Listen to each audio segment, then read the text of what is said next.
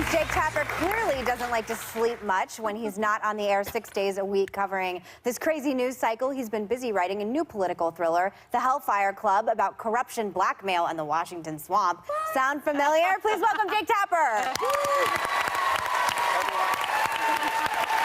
Nice to see you. Can I just say, I've known this one since she was 12. 12? I mean, wow. Okay, so what what she's was it? become is pretty amazing. Okay, Yeah. so thank you. What I was gonna say, but I didn't know if it was okay, is I knew you when you were a salon reporter that all my dad's female staff had a crush on, and he had much longer hair. Much longer hair and much heavier. Yeah. Oh, it's nice to see you. Okay, so this morning, President Trump ramped up his war on the media. He tweeted, "The fake news is working overtime. Just reported that despite the tremendous success we are having with the economy and all things else, 91% of the network news about me is negative, fake. Why do we work so hard in working with the media when it is corrupt? Take away credentials, question mark." So is that directed at you? Well, it's directed at everybody in the media, including people here at this table. First of all, it's very interesting. He defined fake news. Negative. Look, put the tweet back up. When you look at what he said, network news about me is negative. 91% of network news about me is negative. Parentheses, fake. If it's negative, then it's fake. It's fake. I got This that. is what I've been That is saying for revealed, more than a year. A lot of us have been saying that's his definition of fake news. Right. Anything that he doesn't like. That's actually not the definition of fake. Right. I think that he specifically goes after CNN. He's called you a flunky. Yes. Yeah. That's not so bad. I was gonna say you're kind of getting off easy.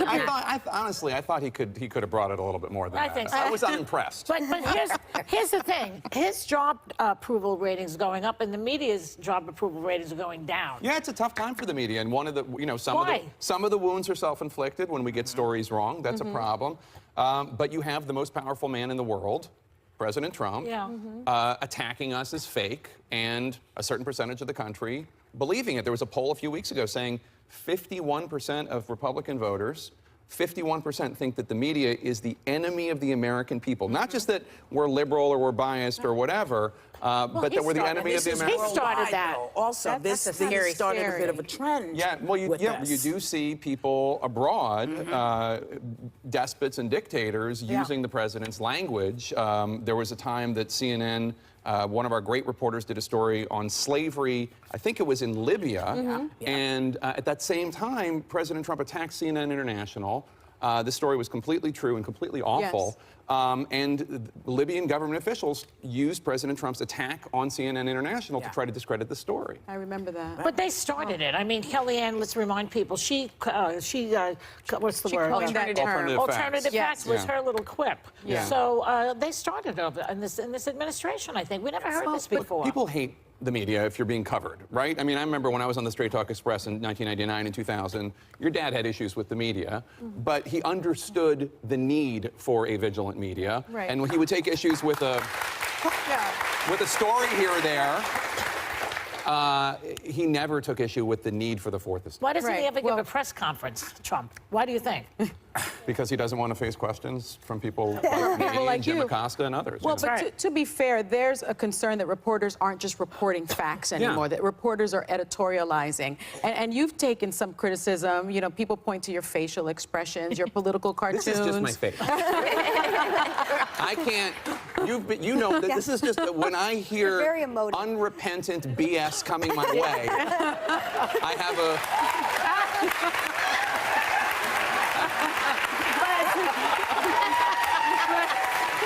That's just my face. What do you Tell say? them to stop saying those things and my face will go back to normal. People are using it to say that CNN is biased, that you're biased, that you're editorializing. What do you say to that I am criticism? absolutely biased against lies. And when there are people lying, I am absolutely 100% against it when people say things that are indecent, and not to invoke Meghan's dad again, but he's somebody that has been a big part of my life. I've been covering him since I was a young reporter. When the president says that John McCain isn't a war hero because he was captured, and I prefer people that weren't captured, that's indecent. That's an indecent thing to say. It's not biased for me to call it that. That's indecent.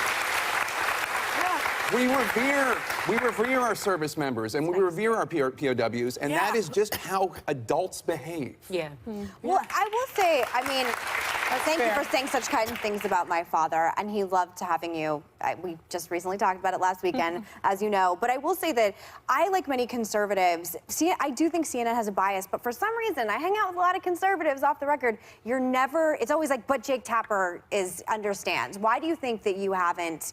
Well, I'm not come into that. I will put aside the part where you're criticizing CNN, because obviously I love CNN and the people I work with there, but I really am not a member of a party. I mean, if I weren't a journalist, if I were a cartoonist or whatever, I would still be an independent. I don't think either party has a premium on good ideas or good people, and I really try to be as agnostic as possible in my private life too. I'm the jerk at the table who says, well, on the other hand, so I mean. I'm that jerk too. Are you? Yeah. So Are you? it can be lonely at the. But I mean, so I honestly feel that way. Especially with the gun debate. Like, in particular, I was happy that you went after that sheriff, and I was like, someone is seeing both sides of this, which, I don't know. I've known you since I was 12, so maybe I can't be biased anymore, Jake. I don't know. Well, I thought the sheriff had some tough questions to answer, and it was, you know, that was a horrible situation what happened at Parkland, but the sheriff's department there in Broward County, they had some tough questions. Well, there was a lot of buzz over your interview with White House aide Kellyanne Conway this weekend. We're going to play a part of it. Do you think that his job includes lying to the American people, because he continually does so, and he undermines his own administration when he does so? Jake, he does many things. You just want that, respectfully, you just want that to go viral. You want to say the word President Trump and lie in the same sentence. No, I would like him to stop lying. I understand you don't want to talk about the president's credibility. No, I've already talked about it for 5 minutes. Do you think what there's a credibility crisis in this White House? No, I don't. So she accuses you of wanting to go viral with that comment. What did you think of that? I thought it was interesting that I said that the president tells lies, which I think we all just now accept as a fact. And 6 a day. And no, it's up. It's up to 9, according to the fact checkers. Right. But she didn't challenge the premise. I said he tells lots of lies, and she says he does many things. Yeah, that's how they get around it. He does many things. Maybe she's better at her job than I thought. I mean, you know, it's like a defense attorney saying, well, what about all the banks that my client didn't rob? So I like that. Yeah. Right. the issue is that the president says things that aren't true. He does so all the time. He's undermining himself when he does that, and he's undermining his administration when he does so. I would much prefer to be covering the policy debates, the Iran deal, whether that decision was a good one, what Europeans think about it, what the Israelis think about it. I'd much rather be focused on these policy debates. I don't know one journalist that wouldn't prefer lower ratings but a return to normalcy. Get rid of commercials. Commercials are the killer. So SNL pokes fun at you. They do that. And Which is so and your cool, by the relationship way. with the aforementioned. It is so cool, because I used to sneak downstairs and watch Saturday Night Live as a kid, the original Not Ready for Primetime And now Players. you're in it. And now they're making fun of me. Let's watch the clip and see what you think of It's it. brilliant what they do. Hello, Jake. Do you want a drink? Jesus. Kellyanne, what the hell are you doing here? I just want to be a part of the news, Jake. And this is how you do it? By breaking into my apartment? What was I supposed to do? You weren't answering my calls. You changed your number. I'm not going to be ignored. You don't get it, Kellyanne. You made up a massacre. We can't have you on. But I missed the news. So it's obviously a takeoff on Fatal Attraction. And some critics said that they went too far with that particular movie. So I go to bed early on Saturday nights because I do a Sunday morning show. So I wake up at 6 o'clock Sunday morning, and my wife is right there, just like hovering. She's usually not up that early, and she said, "Saturday Night Live did you again?" And I said, "Okay." Were they mean? Because, you know, I have the soul of a sensitive 8-year-old boy. So were they mean? She goes, "You have to see it. You have to see it." So I watched it. First of all, it's an honor to be satirized by Saturday Night Live. Yes, and they have a young, good-looking guy playing me. I'll take that any day, Beck Bennett.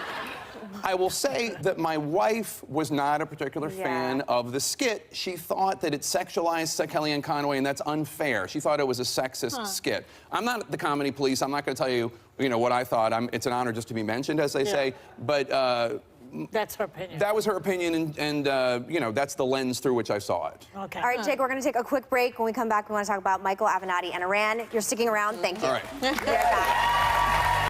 The Childish Gambino video, This Is America, is breaking records on YouTube. It's packed with powerful imagery about life in this country right now. And here's just a taste of it. Take a look. This is America. Don't catch you slipping now. Don't catch you slipping now. Look what I'm whipping now. This is America. You. 100 bands, 100 bands, 100 bands. Contraband, contraband, contraband. I got the plug on who a hawker. Whoa. They gonna find you like Paco. Blah. Get down.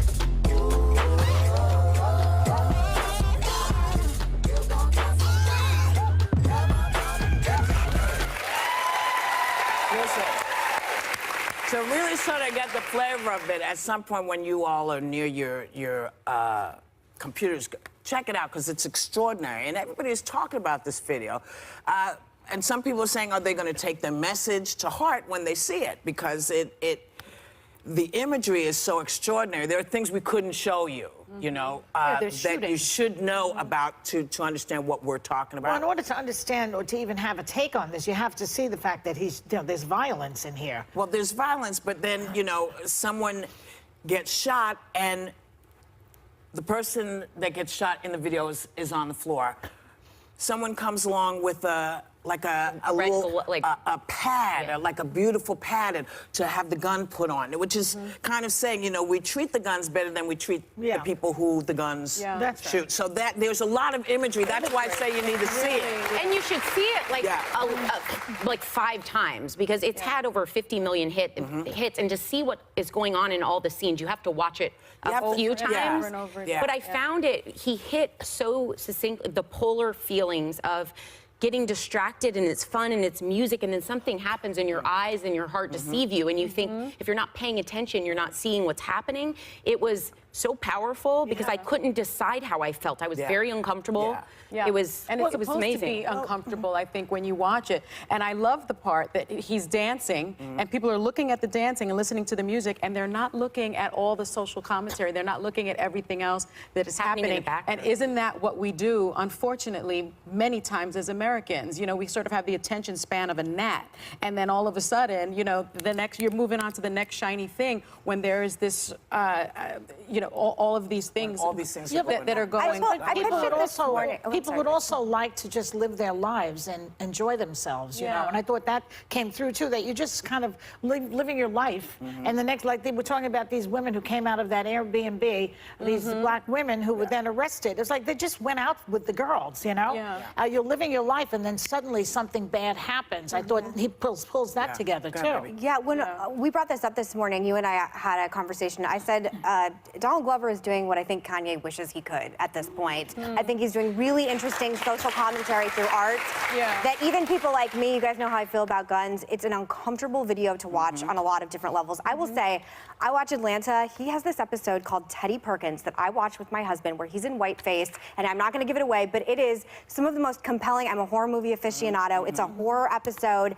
It is, go watch it and download it. It scared the living crap out of me, and it's just, he's creating such interesting art and content right now. And the reason I said that, you know, every 15 years there comes another amazing person. Kanye was that person. He was that person. You know, when he was talking about Bush going down to Hurricane Katrina, said he doesn't care about black. You know, that was like, yeah, man, how come you're not doing? So those voices, they come.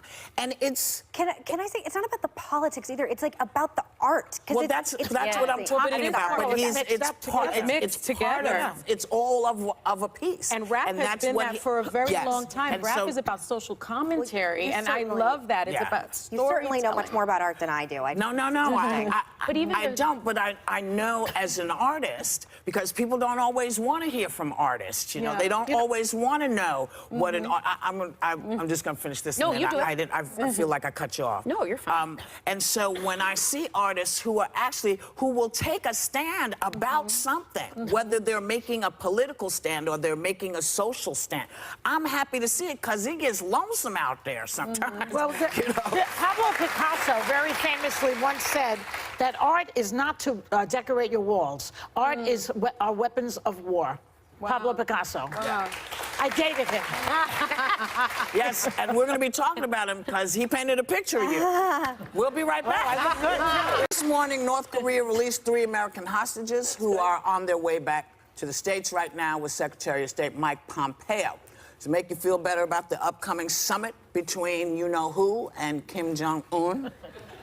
Definitely. I mean, I think it shows some good faith on the part of North Korea, especially after what happened with the other person that they held, Otto Warmbier, you know, that he came back and he died shortly thereafter. Yeah, he's basically brain dead. Yeah, he was brain dead. So I think the fact that they've done this is a step in the right direction. They said they're healthy. I read that, so. Yeah. Good. That's good. Yeah, go ahead. Uh-huh. Well, I mean, I think I was very sort of skeptical about this kind of diplomacy, but I kind of think that maybe Trump and Kim Jong-un are like both crazy like a fox, and maybe he's like, I'm not going to mess with Trump. And global world leaders were not scared of President Obama. The first thing he did when he went into office is he went on a international apology tour around the world apologizing for America. So clearly something's working now. No, I don't think something's working. And he went around apologizing because our allies, again, were shut out by someone. That's why he went around to say, and I hated every second of it. I know, but you didn't have to do it. But he needed no, to. I wasn't he felt president, that he felt that he needed to do it because of how we had treated our allies. So I know that it wasn't just allies. I mean, it was the Middle East as well. I mean, I think we're going to start talking about Iran in a moment as well. But this is, by the way, the basic innate ideological difference, in my opinion, between Democrats and Republicans is how you view America globally on the international stage. I clearly view it completely different than Ben Rhodes, President Obama. An argument could be made that because Trump shoots from the hip and was calling him names and talking about whose is bigger, etc., that we could have gotten into a war based on his rhetoric. Yeah. So he's just, I think, lucky in a way that it didn't go that way. Yeah. So that's why I don't want to give him credit for North Korea. Do you agree with that at all? Well, I think we talked about at the time that it personally wouldn't be how I would do international diplomacy, and it also, I remember actually when we came in here feeling how anxious you were, Joy. Like one of those times when I was like, you are really fearful of what's going on in the world in a way that's palpable. And I still am. And but I remember specifically that morning in particular. Because why? He was calling him names. And you were like, we're going to go to poking the bear. We're going to go to nuclear war. But I will say, this is not how I would have done it, but it is working. And I will say that this is something that couldn't have been pulled off by the last administration. And I know everyone is sort of reticent to give Trump kudos on this, but this is a big deal. It's the first time it's ever happened. The sanctions have been in place since 2006, and then the Chinese got in with more sanctions, and I think that's more to the point. Exactly, and I don't think people give President Obama enough credit for being a true diplomat. I mean, I want my president to be truly an international diplomat. And I wouldn't call it an apology tour. I would call it sort of a friendship tour, reaching out tour, an ally tour, because that's what we need. You know, this America First thing is really turning into, in my view, America alone, and we're turning our backs on our allies, and that is not the America that I want. I'm a big fan of President Obama, and the idea of diplomacy might be gone, but I do agree with Megan that this Korea situation is so important that I think whoever the president was in office, you couldn't subtract them from some of the movement forward. Kind of like with the economy, even though it's laissez-faire, I don't think when it's doing really well or poorly that you can subtract out the president completely. Well, they did. They do. They do it all the time. I did. But somehow people were convinced that they were worse off under Obama than they were under Bush. Are you talking about globally? You know, huh? Globally? No, I assumed you were talking about here. I was saying whenever you can't subtract out a president from a major world move like this. I don't think he has to have been involved on some level. Yeah. I think. You know what she's saying? I'm sorry. I'm not. I was saying that she's going to your point that Trump has to have had something to do with this, just like when you look at the economy, whether people he's try good to or separate. I know everyone is very reticent to give Trump any credit on anything. But she's doing that. That's what she's doing. She's giving. I just said globally, and you said something. I'm sorry. It's not. Just the fact that he's sitting there. Just the fact that he's in office, because I was comparing it to some people separating out partisan, depending on which side they are. They try to give the economy credit or not credit based on if they like the president. Just like the economy, I think in this instance, when it's a major international move, you have to give the president. I think we can all agree this is a step in the right direction. Pardon me? Yes. We were talking about something. Whoopi and I were talking about something different. Okay. That happens. But we figured it out. The next time you go to your favorite food chain restaurant, you'll be greeted with the calorie counts of everything on the menu. Now, is this going to change how you order stuff? Yeah. I wish they wouldn't do that. I don't want No, me either. Me either. No. No. You don't I'd see like it to and then be kept feel in the like dark on this one, wouldn't you? I don't want to hear. I don't want to. Listen, if I'm in the mood to go eat something, you could tell me it has all duck poo in it. If I want it, I'm gonna eat it. Yeah, but there's been amazing. Like I am someone that I love to indulge, but when I see those calorie counts, it does affect, and it's mainly because what it's indicating is in the food. And when I went to the grocery store 2 times in Brooklyn, New York, which they have a lot of options. Thank you, Brooklyn. I could not find a salsa without sugar in it. I could not find a mustard. I had one brand that didn't have sugar in it. When you see that, how long it's been since the food industry has been transparent, it's scary to know what's in our food. And we're giving that to our kids, and then we wonder why we're dealing with so many behavioral problems. I'm the type of person that'll DoorDash McDonald's, and it's more to deliver it than the actual food cost. So I'm the worst person ever on any of No, but I it. can still hit it hard. It's just we need to know what we're I eating. like to know. I mean, I went to the movies the other day. Do you know that a large popcorn? Don't do this to me.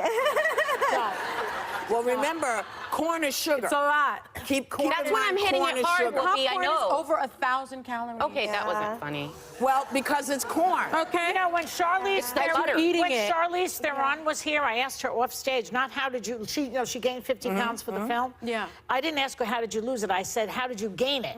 And she said, this is interesting what she said. She said she was up to 30 pounds. It was easy. She was just eating anything she wanted. And then she plateaued. She couldn't gain the next 20, poor girl. So she said that the expert said to her, okay, start with the sugar now. Have diet, not diet sodas, regular sodas, all the sugar, desserts, and she put it right on. So that's where like the sugar the devil. Starch does She had to wake up. She'd set her alarm for 2 a.m. to eat macaroni and cheese. Yes.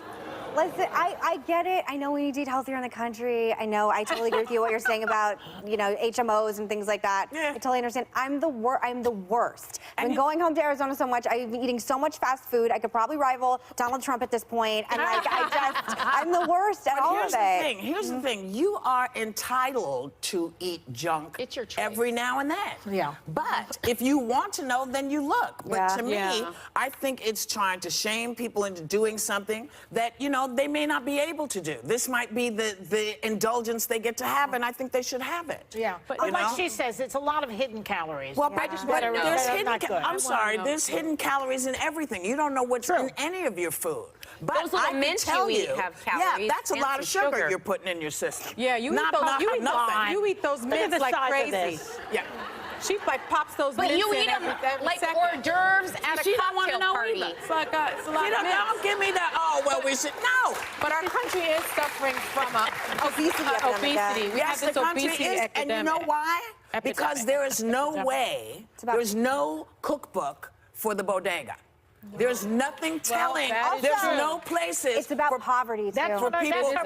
Poverty Well, as but well. sometimes people are going to get that whether they eat this with 1,000 calories because that's all they can get. Yeah. So that's what I'm saying. Quit trying. I understand what you're trying to do, but unless you're actually going to go big on this issue. Teach people how to cook with stuff in the neighborhoods they live in, and maybe that will help. But isn't this a step in the right direction? Isn't this a step in the right It's a direction? step in the right A lot direction. of I think people it's a can't shame thing, afford and it. you're going to Really? start to see people are going to be sitting in the restaurants and you know how people are. There you get something coming, and they're going to be taking pictures of your stuff, and then they're going to be shaming you. People are Please. so judgy People when you are just were. I know playing what's in a in it. bodega. We'll be right back. This international diplomacy did not extend to the Iran nuclear deal, however, which you know who pulled out of yesterday. He did it despite strong objections from the European countries honoring the deal. And his own advisors. And is he just keeping a campaign promise here? Do we know what he pulled out of? Does he know what he pulled out? I hope we're not playing campaign policy politics. I think that once you are in office, fine, you've made some promises, but I think once you're surrounded by your advisors who are advising you against this sort of campaign policy rhetoric, you have to listen.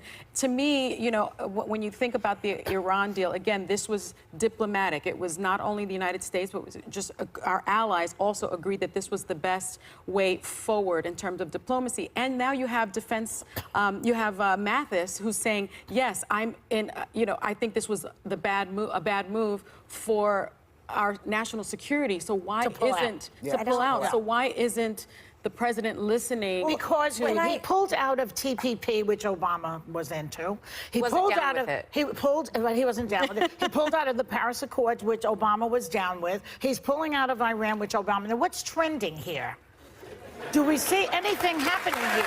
It's almost like I can't believe anything he does because it seems to be based on a personal antagonism to Obama and a jealousy. I don't think that's the case at all. I mean, we only have 2.5 minutes right now, but the Iran deal was deeply, intensely, very chaotic and very controversial at the time. 4 Democrats didn't vote for it. It's why it wasn't a treaty. By the way, Chuck Schumer, Bob Menendez, Benjamin Cardin, Joe Manchin, they all didn't vote for it. We sent $400 million in unmarked bills to the largest state sponsor of terror. And I don't care who you are, but we shouldn't be giving money to a country where people go out in the streets and scream, death to Israel, death to America, and drop missiles. But that's the American way. We've done that before. We sent money to the Iran-Contra. I mean, we've sent. That's right. We've done that. If we're as a show okay with giving money to the largest state sponsor of terror, pouring money into Syria, both sides of the war, the Taliban, Hamas, and Hezbollah, if that's where we're at as America, it is absolutely heartbreaking. Well, it was a bad deal to begin here's with. the deal, Megan. Sometimes, you know, Unmarked unless you cargo have, plane. huh? They said unmarked cargo plane, which is what I said. Okay. Okay, I don't know what you're talking You're about. hearing it Okay. in your ear? Yeah, you just heard something? Okay. Sometimes, if your butt is about to get fried, you have to make deals. And that's kind of how stuff works. And it's not that they had anything better to bring in. No one, everybody bitches, but nobody has any, they didn't have anything for Obamacare. We said, what do you have? They didn't have. Well, can I just ask you a question? Because again, I don't want to bring Obamacare into this because that's national policy. This is international policy. I get the I know, but like when we agreed to this, we agreed that the inspectors, American inspectors, would go in and check the nuclear facilities, would have 24/7 access to that. But that didn't turn out to be the case. Meaning we couldn't go there and inspect at any time what the money was being used for. I just don't understand how any American is okay at all with giving money to the largest state sponsor of terror while we're still because fighting it's the war not the on first terror. time it's happened. It's what happened. Well, one question I had though is when it passed, the money wasn't It's Ben Rhodes' idea of what America is like in a classroom, not what it's actually like. I just have a question. Yeah. I just have a question. This was not popular when President Obama pushed this through. And what I'm curious about is now it's not popular that we're pulling out. Is the damage done? And that's why everyone's changed their opinion and it maybe leaves a vacuum like Iraq Well, he doesn't where have we a don't plan. have a plan? He doesn't have plan Or is B. it- But they're already funding terror. I mean, No, I can agree with the money being exchanged, but that's already been done. So my curiosity is, if it only had like a 20% favorability rate when it was pushed through,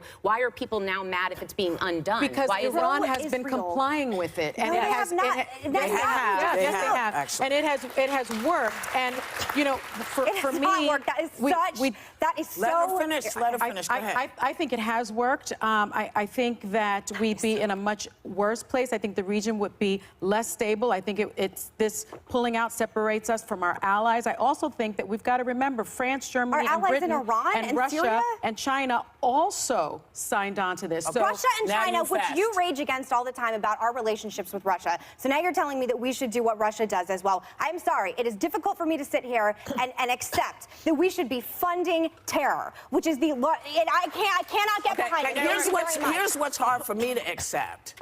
You guys don't have another plan. You don't have a way to get Iran to comply. You didn't have that. That's why it happened. But we have to. I know we want to talk, but we gotta go. We'll be right back.